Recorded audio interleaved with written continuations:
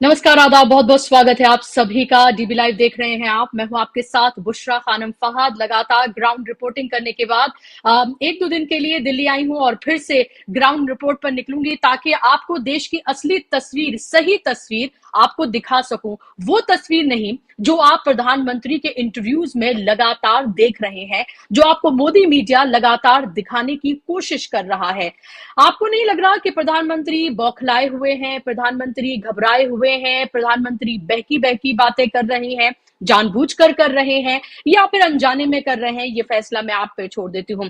लेकिन जो नरेंद्र मोदी यानी भारतीय जनता पार्टी का जो वोटर है, वो बेचारा बहुत कंफ्यूज है। उसको समझ नहीं आ रहा है कि वो कौन से वाले पीएम पर यकीन करे। वो वाले पीएम जो रैलियों में घुसपैठिया, ज्यादा बच्चा पैदा करने वाला मुसलमानों को बताते हैं, जो 80-20 की बात करते हैं, शमशान कब्रिस्तान की बात करते हैं, जिनका कोई भी भाषण हिंदू मुसलमान किए या मुसलमान शब्द का इस्तेमाल किए पूरा ही नहीं होता है। वो कैसे अपने भाषणों में एक तरह से मुसलमानों को घुसपैठिया, देश का दुश्मन बताते हुए नजर आते हैं। तो वहीं इंटरव्यूज में आप ये देखिए, जो कि स्टेज्ड इंटरव्यूज होते हैं, उनको बहुत कैजुअल बनाने की कोशिश की जाती है ताकि आपको लगे कि ये बहुत ही रियल सेटअप में किए गए इंटरव्यूज हैं, ताकि आप उन पर यकीन करें कि ये तभी तभी सवाल पूछे गए हैं और तभी तभी प्रधानमंत्री जी जवाब दे रहे हैं। वो सारे मुखौटे 10 साल में पूरी तरीके से उतर गए हैं। कंफ्यूजन ये है भारतीय जनता पार्टी और नरेंद्र मोदी के जो वोटर्स हैं उनका, कि वो कौन से मोदी पर यकीन करें। क्योंकि इंटरव्यूज में वो ये कहते हुए नजर आते हैं कि जिस दिन वो हिंदू मुसलमान करेंगे उस दिन वो सार्वजनिक जीवन में रहने योग्य नहीं रह जाएंगे। जहां एक बार फिर से सुनिए, उन्होंने कहा है कि जिस दिन वो हिंदू मुसलमान करेंगे उस दिन वो सार्वजनिक जीवन में रहने योग्य नहीं रह जाएंगे। इसमें सिर्फ मैं थोड़ा सा आपको एडिट कर देती हूँ और थोड़ा सही से बताती हूँ कि प्रधानमंत्री जी दरअसल कहना क्या चाहते थे। वो कहना चाहते थे कि जिस दिन भी मैं हिंदू मुसलमान नहीं करूंगा उस दिन मैं सार्वजनिक जीवन में रहने के योग्य नहीं रहूंगा। वो नहीं लगाना भूल गए।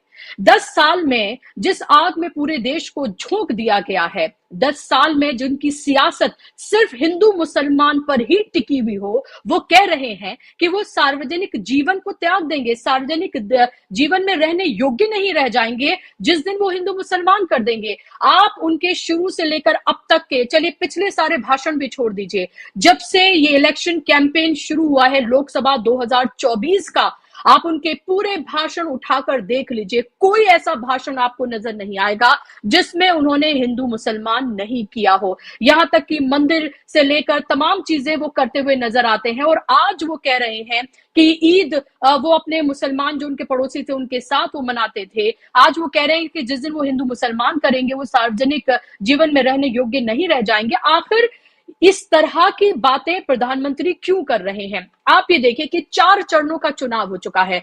बड़ी बड़ी बातें भले ही अमित शाह कर रहे हो और अमित शाह का ये कहना हो और प्रधानमंत्री का ये कहना हो कि वो 400 के पार जा रहे हैं, भले ही उनका कहना हो कि उनको बहुमत मिल चुका है, अब तक 4 चरणों के चुनाव में ही उनको बहुमत मिल गया है, ये तमाम बातें कहते हुए नजर आ रहे हो। लेकिन आप ये देखिए कि किस तरह से उनकी घबराहट उनके हर बयान और हर गुजरते चरण के साथ नजर आ रही है।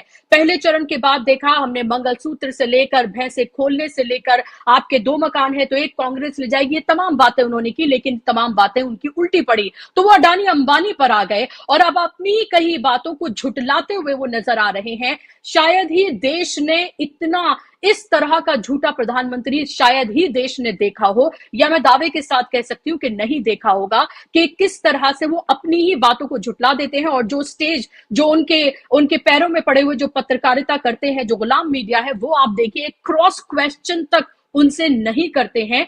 इन्हीं तमाम मुद्दों पर आज हम बात करेंगे कि 4 चरणों का ये चुनाव जो हो चुका है, उसके बाद नरेंद्र मोदी की जो स्थिति नजर आ रही है, जिस तरह से वो अपने ही बयानों को खुद ही झूठा बताते हुए नजर आ रहे हैं, कैसे उनके बयान खुद एग्जिट पोल बनते हुए नजर आ रहे हैं और कैसे जमीन की जो स्थिति है, जो मैं खुद देख कर आई हूं, जहां लोगों में भारी नाराजगी है, एक अंडर करंट है, लोग बेरोजगारी, महंगाई, आवारा पशु, महंगी होती शिक्षा, इस सब पर वोट कर रहे हैं। और यही प्रधानमंत्री की, नरेंद्र मोदी की सबसे बड़ी परेशानी है, क्योंकि अब तक तक तो उनको वोट, छद्म राष्ट्रवाद, हिंदू मुसलमान, मंदिर, 370 शायद इन सब पे मिलते रहे, लेकिन इस बार उनका कोई भी पैतरा काम करता हुआ नजर नहीं आ रहा है। काट की हांडी बार बार नहीं चढ़ती है, उनके वो तमाम मुखौटे जो हैं वो उतर चुके हैं, तस्वीर बिल्कुल साफ हो चुकी है और इस बार लोग असली मुद्दों पर वोट कर रहे हैं। और यही वजह है कि इंटरव्यूज पे इंटरव्यूज दिए जा रहे हैं, भाषणों पे भाषण दिए जा रहे हैं, एक ही चैनल को कई कई तरह के पोजीशंस बदल बदल कर, सिचुएशन बदल बदल कर, लोकेशन बदल बदल कर इंटरव्यूज दिए जा रहे हैं, लेकिन कुछ भी काम करता हुआ नजर नहीं आ रहा है। आज हम इसी को आंकेंगे, इसी को जानेंगे और इस पर बात करने के लिए मेरे साथ बेहद खास मेहमान जो अपनी राय को बहुत बेबाकी से रखते हैं। 25 साल से ज्यादा का उनका पत्रकारिता का अनुभव है। हेमंत अत्री जी मेरे साथ जुड़ गए। हेमंत जी, बहुत बहुत स्वागत, इस्तकबाल आपका। प्रधानमंत्री जी कह रहे हैं कि जिस दिन वो हिंदू मुसलमान करेंगे उस दिन वो सार्वजनिक जीवन में रहने योग्य नहीं रह जाएंगे। आपको इस पर हंसी आ रही है, दुख हो रहा है, क्या महसूस कर रहे हैं? आखिर ये जो उन्होंने अपने जो बेचारे में वोटर उनको समझ रही हूं, उनके अंदर इतना कंफ्यूजन क्यों पैदा करें? वो कौन से वाले प्रधानमंत्री पर यकीन करें, जो रैलियों में नजर आते हैं, जो इंटरव्यूज में नजर आते हैं? देखिए बुशरा जी, पिछले अगर 4-5 भाषणों की अगर आप लगातार बात करेंगे जो पिछले 5-4 दिनों में दिए हैं उन्होंने, तो ना तो गुस्सा आता है ना कुछ और है, एक रहम आता है। एक 73 वर्षीय व्यक्ति किस तरीके से गंगा जी के बीचों बीच खड़े होकर के क्रूज के ऊपर और झूठ बोल रहे हैं, तो ये एक रहम के पात्र हो सकता है जो अपने आप को एक हिंदू कहता है जन्म से भी और कर्म से भी, और पूरे देश में हिंदूवाद का झंडा बरदार सबसे बड़ा वो है। और या यूं कहिए कि पूरी दुनिया में जो हिंदूवाद का परचम फैलाने का जो जिम्मा भी है उन्होंने अपने ऊपर ले रखा है एक तरीके से घोषित तौर पर। उन्होंने जो कल बात कही तो मैं उससे बहुत ज्यादा हैरान नहीं था। देखिए, प्रधानमंत्री जी के जो मुखौटे हैं वो समय समय पर बदलते रहते हैं। जब उन्होंने राजस्थान में जब वो बात कही जिसको मैं और आप दोहराते भी नहीं बहुत बार कार्यक्रमों में, जब उसमें तमाम इतनी आपत्तिजनक बात कही थी कि उसका हर शब्द उनको प्रचार नहीं, उनको चुनाव लड़ने पर डिस्क्वालीफाई कर सकता है, तो वो एक स्थिति थी। और आज जब चौथे चुनाव का समय समाप्त हो गया, 4 चरण का चुनाव हो गया, तो बाकी के 3 चरणों के लिए एक अलग स्थिति है। तो प्रधानमंत्री को जो उस समय की जरूरत थी तब उन्होंने वो किया, और आज जब इस समय की स्थिति है तो अब इन्होंने ये किया जो कल कहा कि हम तो ईद के दिन खाना भी नहीं बनाते थे और ईद के वहां से खाना आता था। और ये सब किसी भी प्रधानमंत्री को आपने आजाद भारत के इतिहास में आज तक इतना ब्लेटेंटली कभी भी धार्मिक आधार पर विभाजन करते हुए नहीं देखा होगा और धर्मों का नाम लेते भी नहीं देखा होगा। हम भी नहीं लिखते, जब हम जर्नलिज्म, एक्टिव जर्नलिज्म में आए थे शुरू में, तो हम संप्रदाय का नाम कभी भी नहीं लिखते थे। एक वर्जना थी एक तरीके की कि समाज को किस तरीके से डिस्ट्रीब्यूट ना किया जाए, डिवीजन ना किया जाए। लेकिन प्रधानमंत्री जी ने वो सारी वर्जनाएं तोड़ दी हैं केवल एक निहित वोट के स्वार्थ के लिए, और ये पूरे देश ने देखा है। लेकिन इसमें बुशरा जी 2 महत्वपूर्ण बात है। एक बात वो जो हमने अभी बात की कि उन्होंने ये बात कहाँ कही, गंगा जी के बीचों बीच। दूसरा, उन्होंने अब तक वो क्या कहते थे कि गंगा मैया ने मुझे बुलाया है। कल उन्होंने कहा गंगा मैया ने मुझे गोद ले लिया है। और किसको कहा ये? एक ऐसी एंकर जो घोषित तौर पे उनकी कीर्तन मंडली के प्रमुख पदाधिकारियों में से एक है और खास तौर पर एक संप्रदाय विशेष से आती है।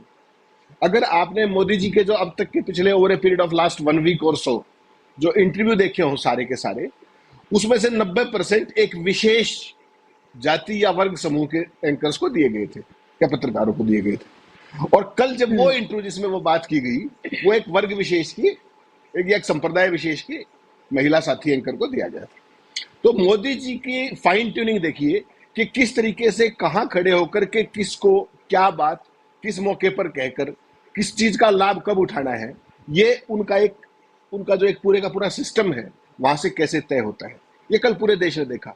और इससे पहले आपने पटना में देखा होगा, पटना में वो रोड शो के लिए गए हुए थे और 3 से 4 अखबारों ने ये क्लेम किया कि हमारे जर्नलिस्टों ने वहां पर इंटरव्यू किया।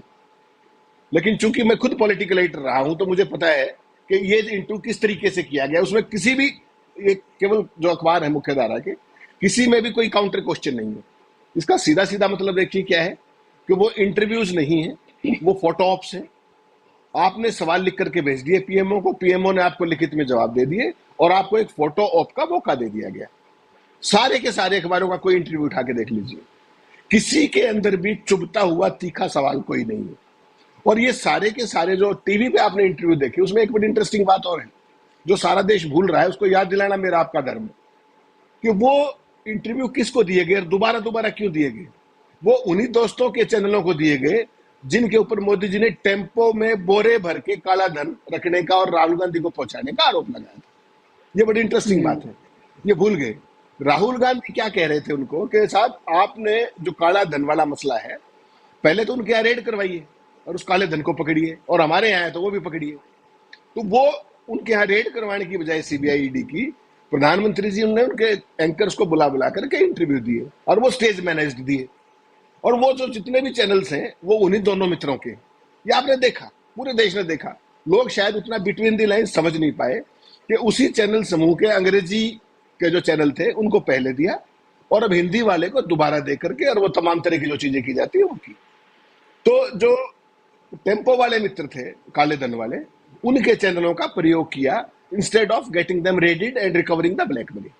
तो ये प्रधानमंत्री जी का टिपिकल स्टाइल है, इसमें कुछ भी नया नहीं है। लेकिन वक्त के साथ साथ जैसे जैसे चुनाव आगे बढ़ रहा है, 5वें चरण की तरफ जा रहा है, तो उनका सुर ताल सब कुछ बदल रहा है। और अगर इसको और लेमन की भाषा में कहें तो बिगड़ भी रहा है। प्रधानमंत्री जी ने कल ये क्यों कहा, ये जानना बड़ा महत्वपूर्ण है। जिस तरह के संकेत और जिस तरह की परिस्थितियां हैं बुशरा जी, चुनाव में कभी भी फॉर ग्रांटेड नहीं लेना चाहिए, कुछ भी हो सकता है। और प्रधानमंत्री जी को ये पता है कि इस देश में प्रधानमंत्री का चुनाव पहले भी सेट असाइड हो चुका है। अगर आपको ध्यान हो, इंदिरा गांधी का चुनाव मामूली सा एक पीएस के नाम पर रखने से, जो आपको याद होगा, उनका चुनाव सेट असाइड कर दिया गया था। तो मोदी जी ने जो राजस्थान में भाषण दिया और तमाम स्थानों पर जो भाषण दिए, और जिस तरीके से ना केवल धर्म संप्रदाय का विभाजन किया कथित तौर पे, बल्कि कांग्रेस के घोषणा पत्र को मिस अप्रोप्रिएट भी किया, जो कि मॉडल कोड ऑफ कंडक्ट में स्ट्रिक्टली प्रोहिबिटेड है। तो मोदी जी को यह भी पता है कि कल को अगर बाई दी वे प्रधानमंत्री ना रहे और किसी ने उनका चुनाव ही चैलेंज कर दिया तो क्या बढ़ेगी। तो इसलिए उन्होंने जो कल किया है वो एक डैमेज कंट्रोल और कोर्स करेक्शन में इसको मानता हूं कि ये ऐसे ही नहीं निकला है मुस्लिम प्रेम। ये उनको ये समझ में आया कि किसी स्टेज पर, देखिए चुनाव आए तो जेब में हो गया, model code of conduct is Modi code of conduct now, तो वो तो कुछ कर नहीं रहे। कल को कोई मेरे तो हेमंत जी, कोई सिरफिरा, तो हेमंत जी ये साफ तौर पर मान लें कि जी, तो ये साफ तौर पर हम यहाँ पर ये मान लें कि जो हिंदू मुसलमान का जो नैरेटिव है वो जो चलाने की कोशिश कर रहे हैं, जहां नरेंद्र मोदी को ये लगता है कि जब सारे पैतरे काम ना करें तो उनको हिंदू मुसलमान पर उतरते हैं, और कई बार उनको इस तरह से कामयाबी मिली है। लेकिन इस बार उन्होंने हिंदू मुसलमान करके देखा, लेकिन फिर उनके कई चरण गुजरे चुनाव के, लेकिन उनको साफ तौर पर दिखा कि ये तो काम नहीं कर रहा है, लोग तो अभी भी नहीं निकल रहे हैं। लगातार आपने देखा होगा अपने कार्यकर्ताओं से लेकर अपने वोटर से लेकर तमाम मीटिंग्स की जा रही है, सब कुछ किया जा रहा है, लेकिन उसके बावजूद भी जो कोर वोटर है न भारतीय जनता पार्टी का, वो बाहर निकलकर वैसे वोट नहीं कर रहा जैसे बीजेपी चाहती है। तो उनको पलटना पड़ रहा है अपने आप को, क्योंकि उनको लग रहा है कि ये नैरेटिव तो काम नहीं कर रहा है। अभी की स्थिति 4 चरण बीत जाने के बाद आप क्या देख रहे हैं चुनाव की और भारतीय जनता पार्टी की? देखिए बुशरा जी, अभी तक का जो मोदी जी की जो भाषा और भाव भंगिमा बता रही है, और जो चुनाव का टर्नआउट है, वोटर टर्नआउट जिसको हम कहते हैं, वो निश्चित तौर पे भारतीय जनता पार्टी के लिए निराशाजनक है, इसमें कोई शक नहीं है। और उसका जो सबसे बड़ा कारण है, जिसको सारा मीडिया भूल रहा है, उसको बिटवीन द लाइन्स पढ़िए क्या है वो। मोदी जी ने इस बार टोटल मिलाकर के 435 कैंडिडेट उतारे हैं भारतीय जनता पार्टी के, 435। उसमें से 106 कैंडिडेट आयतित है दूसरी पार्टियों से, 106, 435 में से 106, और 90 ऐसे कैंडिडेट हैं उनमें से 106 में से जो पिछले 5 साल में दूसरी पार्टियों से इंपोर्ट किए गए। तो इस अगर आप फिगर को देखेंगे तो ये फिगर है 24.36%, यानी कि हर चौथा कैंडिडेट जो बीजेपी ने खड़ा किया इस चुनाव में वो दूसरी पार्टी से आया है। और यही उसका सबसे बड़ा कारण है कि बीजेपी का काडर घर बैठ गया है, आरएसएस का काडर घर बैठ गया है। उनको लगता है कि तुम सारी उम्र दरी ही बिछाते रहोगे और बाहर वालों को ला करके इनको हमारे ऊपर सिर पे बिठाया जा रहा है। एक सबसे बड़ा कारण वो है। दूसरा जो कारण है, अगर आप देखेंगे चुनाव इस देश में हिस्टोरिकली किस बात पे लड़े जाते हैं, जब कोई सत्तारूढ़ सरकार है तो वो अपनी पॉलिसी और प्रोग्राम्स पे चुनाव लड़ती है, अपनी अचीवमेंट्स पे चुनाव लड़ती है और अगले 5 साल के विजन पे लड़ती है, और अपोजिशन सरकार की विफलताओं पर चुनाव लड़ता है। तो इस बार का जो चुनाव आप अब तक देख रही है, वो चुनाव अपोजिशन तो 100% मोदी की विफलताओं पर चुनाव लड़ रहे हैं, इसमें कोई शक नहीं है। लेकिन मोदी जी किस बात पे चुनाव लड़ रहे हैं, जो आपने फरमाया कि हिंदू मुस्लिम क्यों किया, उस पहले 4 दौर में उसकी जरूरत थी उनको, और अब उनको ये लग रहा है कि ये काउंटर प्रोडक्टिव होगा बाकी 3 के लिए। तो यहां पे उन्होंने कोर्स करेक्शन भी कर लिया, और जिसको कहते हैं ना मिड वे जो है रिप्रोचमेंट की कोशिश चुनाव के दौरान में ही वो कर ली। असली समस्या क्या है मोदी जी की, जो आम आदमी इस बार समझने लगा है कि विपक्ष के 26 दल इकट्ठे हो गए। आपको ये देखना पड़ेगा कि मोदी जी 10 साल से सरकार में, तो उनको इन 10 साल में अपनी किन किन चीजों पर चुनाव लड़ना चाहिए था, अचीवमेंट्स के ऊपर और पॉलिसीज के ऊपर। उनकी पॉलिसी क्या थी, उनके दावे क्या थे जब वो चुनाव के लिए लड़ने आए 2014 में। 2 करोड़ रोजगार के दावा था, काले धन का दावा था कि वापस लाएंगे, 15 लाख रुपए हर खाते में जमा कराने का था, अच्छे दिन लाने का था, नोटबंदी वो लेकर के आए, जीएसटी वो लेकर के आए, कोविड प्रबंधन के ऊपर वो मुंह नहीं खोलते हैं, चुनावी बॉन्ड का वो जिक्र नहीं करते हैं, स्मार्ट सिटी का वो नाम नहीं लेते हैं, बुलेट ट्रेन का वो जिक्र नहीं करते, और जो सबसे बड़ी बात जिसके देश का हर युवा बहुत बुरे तरीके से, खासतौर पर रूरल हार्टलैंड के अंदर, हिंदी के अंदर, जो अग्निवीर योजना है, अग्निवीर योजना ने मोदी जी का जो सारा कैंपेन था उसका ग्रास रूट पे आप भी महसूस करके आई होंगी जहां से आप आई हैं, बेड़ा गर्क करके रख दिया अग्निवीर योजना ने। उसके बाद महंगाई का नाम मोदी जी नहीं लेते। तो मोदी जी वोट किस बात पे मांग रहे हैं? जितने जो मैंने ये बताया आपको, सारी की सारी ये फ्लैगशिप चीजें थी उनकी, इनमें से एक भी बात का जिक्र मोदी जी के मुंह से आपने सुना हो अब तक? आई चैलेंज एनीबडी जो मोदी जी का कैंपेन कवर करता है, नहीं किया। और वो किस बात पे कर रहे हैं? वो फर्जी बातों पे वोट मांग रहे हैं। नैरेटिव कब बनता है? जब आप ग्रास रूट पे खड़े होकर के लोगों के मुद्दे उठाए। वो कह रहे हैं विश्व गुरु, वो क्या कह रहे हैं कि 2047। अरे भाई 2047 तो बाद में आएगा, 29 की बता दीजिए। 29 के लिए उनके पास कुछ है नहीं। तो जो सारा ये फर्जीवाड़ा हो रहा है, ये भारतीय जनता पार्टी का जो नैरेटिव है वो खोखलापन उजागर करता है कि उनके पास ना तो 10 साल में कुछ दिखाने को है और ना अगले 5 साल में कुछ ऑफर करने को है। एक चीज जरूर मैं कहूंगा आपको इस सारे में, आप भी फील्ड से आई है, मैं भी फील्ड में ही रहता हूं, 20% वोटों का जो एक अंधभक्त समुदाय पैदा कर दिया है वो इंटेक्ट है मोदी का। वो पागलपन की हद तक लगे हुए हैं। कल मुझे एक फौज का जेसीओ मिला, उसने जिस बेशर्मी और निर्लज्जता से कुछ बातें कही, वो इस देश के हर आपके दर्शक को समझनी चाहिए। उसने कहा कि इस देश में तो मोदी के खिलाफ किसी को चुनाव नहीं लड़ना चाहिए। ये वो पन्ना प्रमुख है, फौज का जेसीओ रिटायर्ड है। मैंने कहा जी आप तो फौज से आए हैं। उसने कहा नहीं, संविधान तो बदलना ही पड़ेगा। कल सुबह सुबह मिला मुझे वो। मैंने कहा साहब आप तो फौजी हो, अग्निवीर योजना। कहता अग्निवीर योजना, इसके फायदे बाद में समझ में आएंगे। मैंने कहा साहब आप अभी बता दीजिए मुझे। तो कहने का सबब मेरा क्या है कि जो 20% एक अंधभक्त समुदाय है, लीडर्स क्या है, लीडर्स अपने बाद में लीडर्स पैदा करते हैं। और मोदी जी की जो ये लेगेसी है, ये अंधभक्त पैदा करने की पूरी दुनिया देख रही है। और मोदी जी की एज ए प्राइम मिनिस्टर जो भाषा है, आज पूरी दुनिया में उस भाषा की खिल्ली उड़ रही है कि यार कैसा प्रधानमंत्री है जो मर्जी आए बोल देता है, अपने सहयोगियों को भी नहीं बख्शता। जो दोनों उनके जो क्रोनी कैपिटलिस्ट मित्र हैं, उनका क्या फलूदा कर दिया उन्होंने।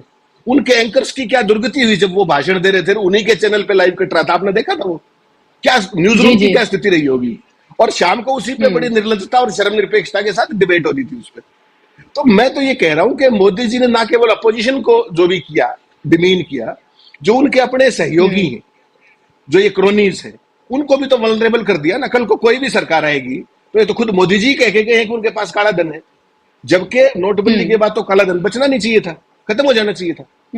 आज बुशरा जी स्थिति ये है, जो मोदी जी के भाषण है, आपको याद होगा जब ट्रंप राष्ट्रपति थे तो उनके भाषणों का एक लाई मीटर चलता था अमेरिका के अंदर।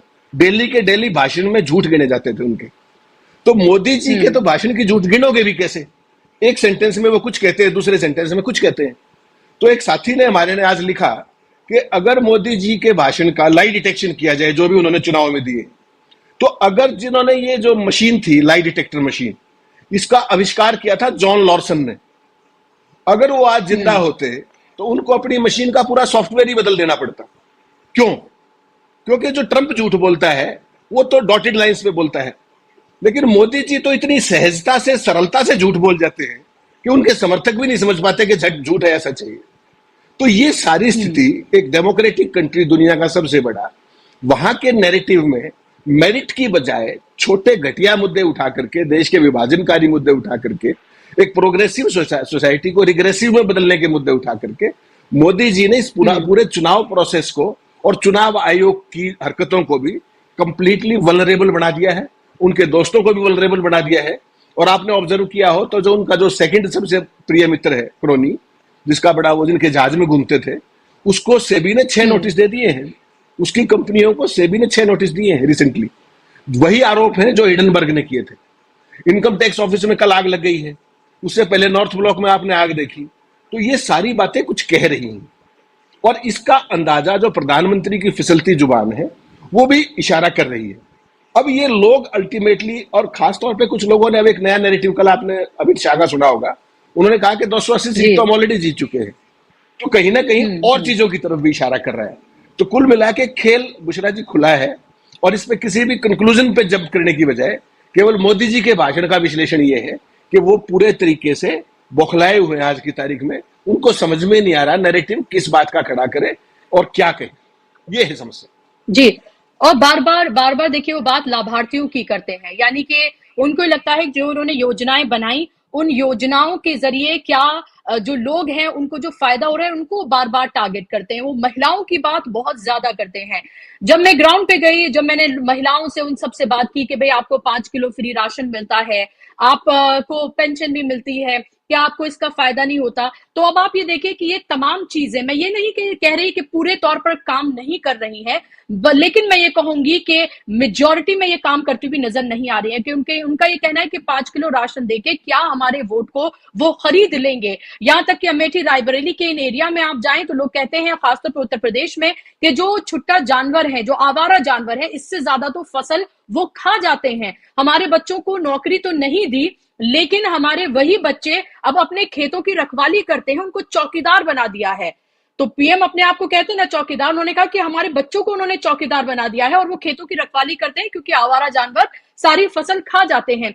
तो बेरोजगारी, महंगाई, अग्निवीर, आवारा पशु, महंगी होती शिक्षा, चरमराती हुई जो पूरी स्वास्थ्य व्यवस्था है, ये तमाम बहुत बड़े मुद्दे हैं। आप अक्रॉस इंडिया कहीं पर भी चले जाइए, लेकिन प्रधानमंत्री फिर भी लाभार्थियों की बात करते हुए नजर आते हैं। दूसरी तरफ जब आप देखते हैं हेमंत जी, जब हम कांग्रेस की बात करते हैं, कांग्रेस की परेशानी ये है कि उसने बहुत बेहतरीन योजनाएं बनाई, लेकिन अभी भी वो उतने बड़े पैमाने पर अपनी योजनाओं को लोगों के जहन तक या उनके घर तक पहुंचाने में वैसे कामयाब नहीं रही जिस तरह से व्हाट्सएप के जरिए प्रधानमंत्री जी घर घर पहुंचा जाते हैं। राइट टू एजुकेशन कांग्रेस ने दिया, मनरेगा कांग्रेस ने दिया, राइट टू फूड कांग्रेस ने दिया, इंदिरा आवास योजना कांग्रेस ने दिया, निर्मल भारत कांग्रेस ने दिया, सूचना का अधिकार कांग्रेस ने दिया। एक लंबी फहरिस्त है। और आज मैं मल्लिकार्जुन खड़गे को सुन रही थी, उन्होंने कहा कि 5 किलो जो राशन फ्री दिया जा रहा है हम उसको 10 किलो कर देंगे।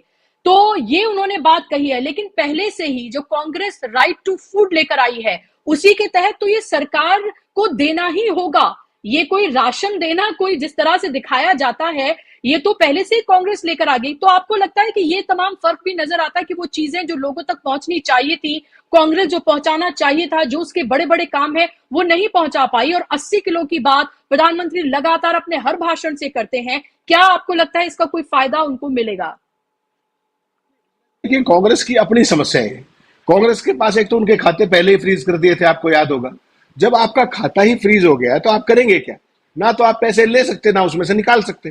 तो आपके जो सीमित संसाधन है, देखिए चुनाव लड़ा जाता है पैसे के बल पर, सीधी सीधी बात है। धनबल और जनबल इस देश के जनतंत्र की सच्चाई है। लेकिन एक धनबल तो उनका पहले ही छीन लिया आपने, और जनबल जो है वो पहले से ही लोअर साइड पे है। ये आप देख ही रहे 10 साल से वो अपोजिशन में। तो उनकी जो भी योजनाएं थी, बेसिकली कांग्रेस पार्टी का जो इस बार घोषणा पत्र है, ये कहने में मुझे कोई वो नहीं है कि ये क्रांतिकारी घोषणा पत्र है, इसमें कोई शक नहीं है। जिस और राइट बेस्ड इनिशिएटिव्स है, और ये राइट बेस्ड इनिशिएटिव जो कल प्रियंका गांधी ने भी कहा, खड़गे साहब ने कहा, ये राइट बेस्ड इनिशिएटिव क्या है समझना पड़ेगा इसको। प्रधानमंत्री जी लगातार क्या छाती पीटते हैं कि हमने 5 किलो अनाज 82 करोड़ लोगों को दिया। किस आधार पे दिया? वो आधार है राइट टू फूड। और उस राइट टू फूड में ये प्रावधान है कि देश का कोई भी नागरिक, कोई भी गरीब से गरीब व्यक्ति कोर्ट में जाकर के, अगर उसको भोजन नहीं मिल रहा है तो कोर्ट में जाकर के क्लेम कर सकता है, और सरकार को वो खाना देना उसकी बाध्यता है केंद्र सरकार की या राज्य सरकार की। तो इसमें उपलब्धि क्या हो गई? ये तो आपका संवैधानिक दायित्व है। इसीलिए जो महात्मा गांधी मनरेगा गारंटी योजना है, उसमें 100 दिन का रोजगार 100% आपको गारंटीड है। ये अलग बात है कि मोदी सरकार ने उसकी धज्जियां उड़ा रखी है। और उस गरीब आदमी के पास कोर्ट में जाने का जरिया नहीं है। नहीं तो मोदी सरकार ने मनरेगा को तो जीवंत स्मारक कहा था ना, विफलताओं का जीवित स्मारक। और आपको याद हो तो कोविड के अंदर अगर किसी को गरीब जो ग्रामीण थे उनको किसी ने बचाया तो कोविड मनरेगा नहीं बचाया। ये अलग बात है कि उनके पैसे आज तक नहीं मिले। वेस्ट बंगाल में आज भी ममता बनर्जी रोती है कि उनका मनरेगा का जो केंद्र का हिस्सा है वो आज तक नहीं दे रही केंद्र सरकार। तो बेसिकली क्या है कि प्रधानमंत्री जी करते मामूली सा है, तिल का ताड़ बना करके पेश करने का बीजेपी और आरएसएस की ट्रेनिंग का हिस्सा है। जो सिलेंडर उन्होंने योजना के तहत, उज्ज्वला योजना के तहत दिए थे, उनमें से कितने सिलेंडर दोबारा भरे गए ये कभी प्रधानमंत्री ने बताया आज तक? जो उन्होंने खाते खुलवाए थे उन खातों की क्या हालत तक कभी प्रधानमंत्री ने बताया आज तक?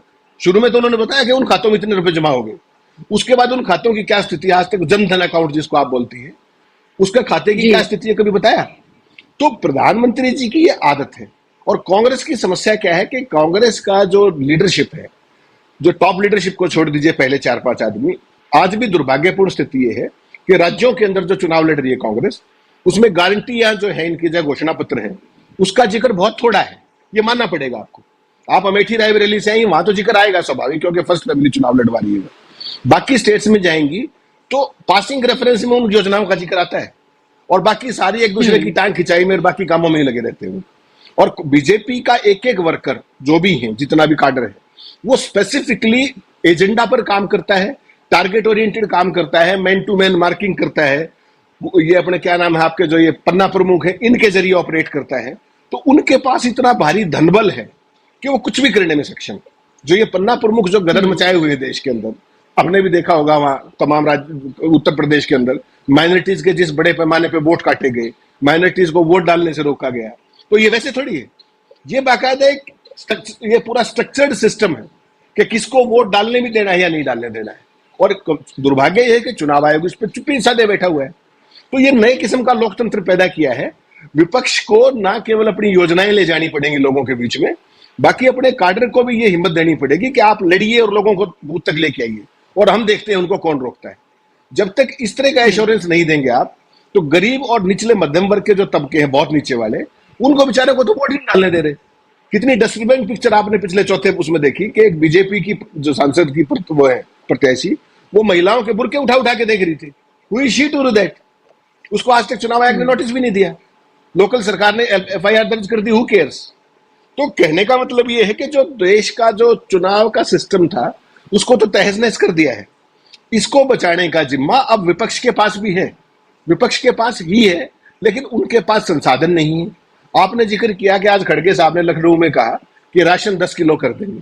मैं आपको चैलेंज करता हूं, कल कितने अखबारों में ये खबर छपेगी? और छपेगी तो कहीं 14वें पेज पे छपेगी कॉर्नर में। और कितने चैनलों पे आपने आज सुबह से ये खबर देखी? जबकि सबसे बड़ी क्रांतिकारी खबर है एक तरीके से। मुफ्त अनाज 5 किलो से बढ़ाकर के 10 करना, आज की तारीख में इससे बड़ी खबर कोई होगी क्या? लेकिन बता दीजिए कितने चैनलों पे है? कहीं ट्विटर पे भी नहीं है, कहीं सोशल मीडिया पे भी ट्रेंड नहीं कर रही है। तो ये विपक्ष की कमजोरी है, क्योंकि साधन नहीं है और सक्रियता भी उस लेवल की नहीं है। ये देखना पड़ेगा विपक्ष को। जी, लेकिन उसके बावजूद भी हम ये देख रहे हैं कि विपक्ष बहुत मजबूती से चुनाव लड़ता हुआ नजर आ रहा है। एक नहीं दर्जनों रैलियां मैंने कवर की है, उन रैलियों में आती हुई भीड़, और उसमें से वो भीड़ 70% से ज्यादा, बल्कि मैं कहूं कि 80% के करीब वहां पर युवा होते हैं। भाषण की एक एक लाइन पे वो जिस तरह से तालियां बजा रहे होते हैं, इतनी गर्मी, इतनी धूप, इतनी परेशानी, धूल मिट्टी, सबके बावजूद 4-4, 5-5 घंटे ट्रैवल करके लोग पहुंचते हैं रैलियों में, और उसके बाद वहां पर वो भाषण सुनते हैं। क्योंकि कहीं ना कहीं, चाहे वो राहुल गांधी हो, अखिलेश यादव हो, तेजस्वी यादव हो, ये जो युवा नेता हैं, इनके भाषणों पर उनको यकीन हो रहा है। वो एक बदलाव देखना चाहते हैं, और बदलाव की शक्ल में अगर सबसे ज्यादा किसी की वो बात करते हैं तो वो राहुल गांधी की होती है। हेमंत जी, मैं लगातार ट्रैक कर रही हूं। मैं प्रियंका गांधी की अगर बात करूं तो प्रियंका गांधी ना सिर्फ नुक्कड़ सभाएं, अपनी सिक्योरिटी, इस सब को एक तरह से ताक पे रख के वो नुक्कड़ सभाओं से लेकर तमाम चीजें करती है। एक एक दिन में 18-18, 20-20 उनकी सभाएं होती हैं, और उन सभाओं के बीच अगर जब वो रास्ते से गुजर रही होती हैं और कहीं औरतों का कोई समूह उनको 8-10 भी मिल जाए तो वो अपने पूरे काफिले को रोक देती हैं। और एक बार नहीं, उन्होंने न जाने कितनी बार किया है, मैं खुद इसकी गवाह रही हूं। ऐसा कभी हम बीजेपी के किसी नेता को करते हुए नहीं देखते हैं। हमने देखा कि राहुल गांधी भले ही मीडिया से बात ना करते हो, लेकिन अगर कोई छोटा बच्चा, कोई युवा, कोई औरत किसी परेशानी के साथ उनके सामने आए तो वो फौरन अपने काफिले को रोकते हैं और उनसे बात करते हैं, उनके साथ फोटो खिंचवाते हैं। आपने देखा किस तरह से एक बार्बर शॉप पर पहुंचे, उसके लिए शायद उसकी उसकी जिंदगी का सबसे बड़ा अचीवमेंट होगा कि उन्होंने राहुल गांधी जो है उनकी शेविंग की।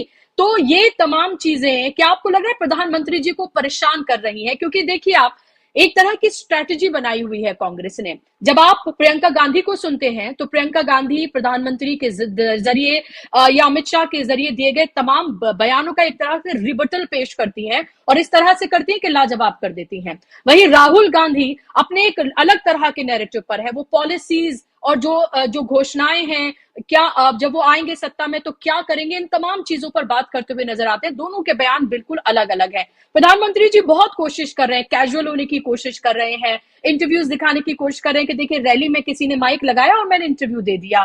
कभी वो अपने पार्क में अपने घर के ही वहां वो चलते चलते ऐसे वो इंटरव्यू देने की कोशिश कर रहे हैं, तो कभी घाट पे इंटरव्यू दे रहे हैं, कभी 3-4 जर्नलिस्ट को बिठा लेते हैं, उनको इंटरव्यू देते हैं, कुछ कैजुअल चीजें करने की वो कोशिश करते हैं कि he is being very cool PM.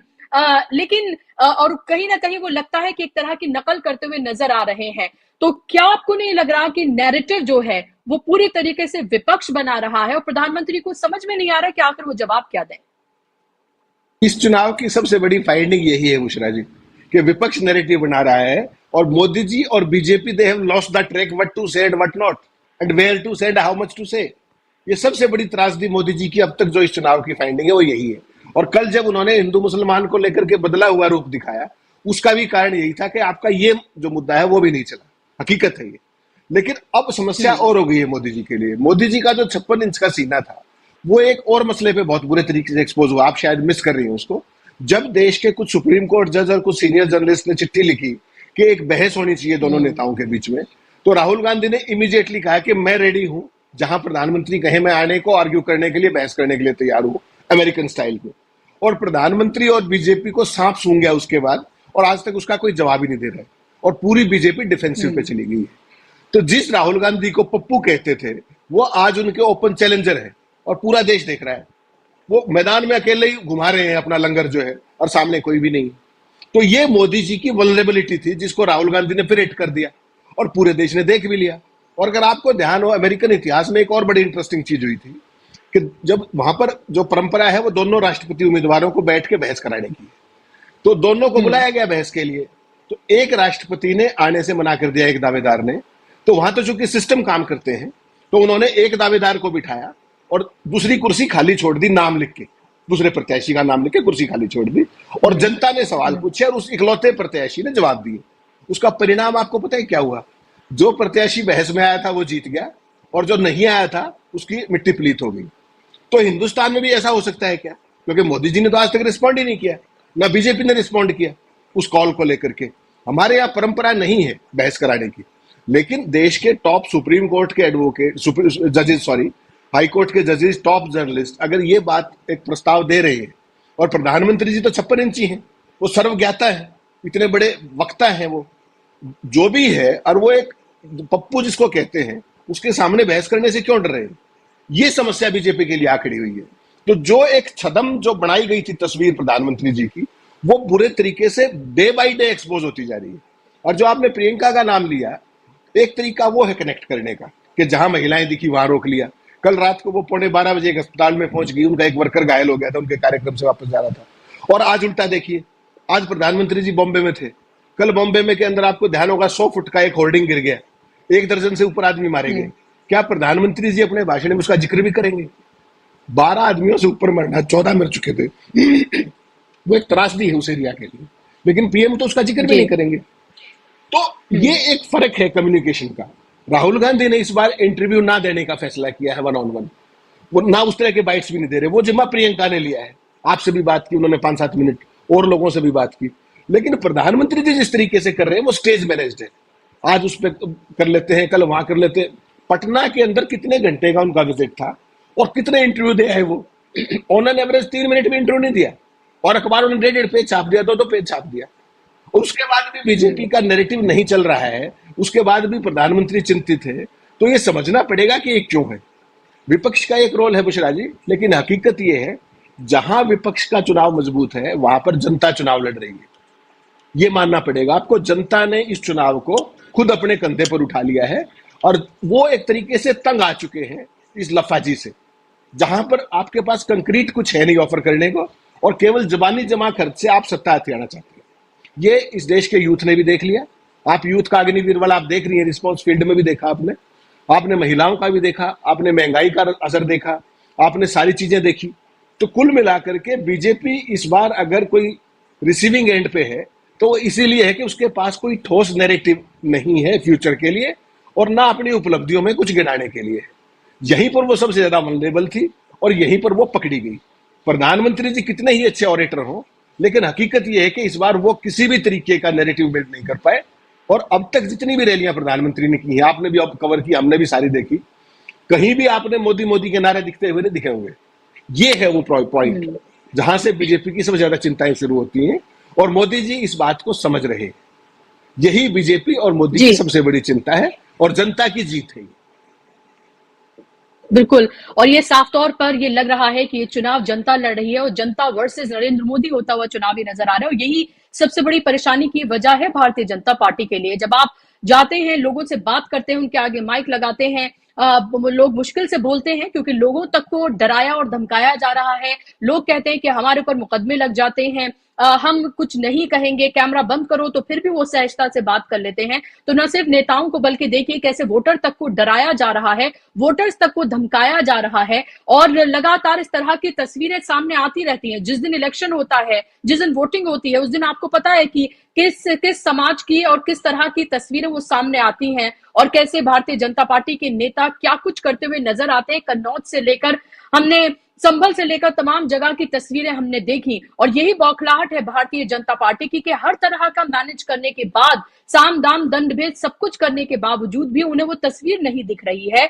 जिसका ख्वाब उन्होंने अपनी आंखों में सजा रखा है। और यही बात है कि प्रधानमंत्री जी लगातार अपने बोल बदलते हुए नजर आ रहे हैं। जिनकी सियासत का आधार ही हिंदू मुस्लिम हो, जिनको यही देखकर शायद लोगों ने वोट किया हो, वो आज कह रहे हैं कि वो योग्य नहीं रहेंगे सार्वजनिक जीवन के अगर वो ये करते हैं। तो इसी से आप ये समझिए, इसी बयान से आप ये समझिए कि घबराहट कितनी ज्यादा है। बहुत बहुत शुक्रिया हेमंत जी, आपका कार्यक्रम में शिरकत करने के लिए, अपना समय देने के लिए, और शुक्रिया आप तमाम दर्शकों का भी इस कार्यक्रम का हिस्सा बनने के लिए। 4 फेजेस के चुनाव हो चुके हैं, वोटिंग हो चुकी है और बहुत क्लियर हो चुका है। हम अपनी जबान से नहीं कहना चाहेंगे, आप लोगों को बहुत सारी चीजें खुद ही पता है। लगातार ग्राउंड से आप हमारे चैनल पर तमाम रिपोर्ट्स आप देख रहे हैं, उससे भी आपको अंदाजा हो रहा होगा कि जनता में कितना गुस्सा है। और यही वजह है कि प्रधानमंत्री का हर एजेंडा जो है वो फेल होता हुआ नजर आ रहा है। इसीलिए रैलियों के प्रधानमंत्री अलग होते हैं, इंटरव्यू के प्रधानमंत्री अलग होते हैं। कंफ्यूजन बहुत ज्यादा है बीजेपी के सपोर्टर्स, नरेंद्र मोदी के सपोर्टर्स में कि आखिर वो कौन से वाले प्रधानमंत्री पर यकीन करके वोट करें। आज के कार्यक्रम में बस इतना ही। आप लगातार डीबी लाइव की तमाम वीडियोस को पसंद करिए, शेयर करिए और लगातार हमारे कार्यक्रम को सराहिए। नमस्कार।